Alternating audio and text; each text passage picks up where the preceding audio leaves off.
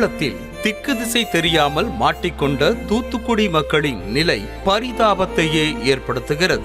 வீடுகளை சுற்றிலும் வெள்ளம் சூழ்ந்து நிற்பதால் மக்கள் வெளியே வர முடியாத நிலையே நீடிக்கும் நிலையில் மீட்பு பணிகளும் தீவிரமாக நடைபெற்று வருகின்றன. இந்த நிலையில் வெள்ளம் சூழ்ந்த வீட்டுக்குள் சிக்கிய நிறைமாத கர்ப்பிணிக்கு திடீரென பிரசவ வலி வந்தது. உடனடியாக கர்ப்பிணியின் குடும்பத்தார் மீட்பு குழுவை அழைக்க மாநில பேரிடர் மீட்பு படையினரும் சம்பவ இடத்திற்கு சென்றனர். கர்ப்பிணியை மருத்துவமனைக்கு அழைத்து செல்ல முடிவு செய்து ஆம்புலன்ஸும் தயாரானது. ஆம்புலன்ஸ் வந்து மருத்துவமனையை அடைந்த போதே வலி அதிகமாகி கர்ப்பிணிக்கு ஆண் குழந்தை பிறந்தது.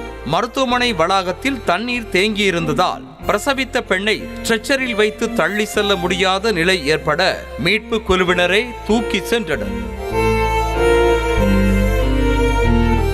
தேங்கி நிற்கும் தண்ணீருக்குள் தட்டு தடுமாறி அந்த பெண்ணை தூக்கி சென்றது ஒரு பக்கம் இருக்க, மறுபக்கம் மீட்பு குழுவை சேர்ந்த ஒருவர் சிசுவை கையிலேயே தூக்கி சென்றார். தொப்புள் கொடி கூட அறுக்காத நிலையில் துளியும் யோசிக்காமல் 2 உயிர்களை காப்பாற்ற வெள்ளத்திற்கு நடுவிலும் கையில் ஏந்தி சென்றது நெகிழ்ச்சிக்குள்ளாக்கியது.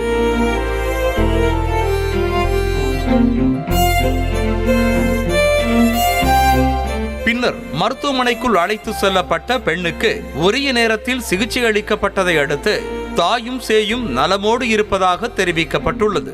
இவ்வளவு பிரச்சனைகளுக்கு மத்தியிலும் ஒரு பூ பூக்கத்தானே செய்கிறது என்பதைப் போல ஊரே வெள்ள தேசமாக காட்சியளித்தாலும் கருவறையில் இருந்து பூமிக்கு அடியெடுத்து வைத்திருக்கிறது இந்த அரும்பு மொட்டு.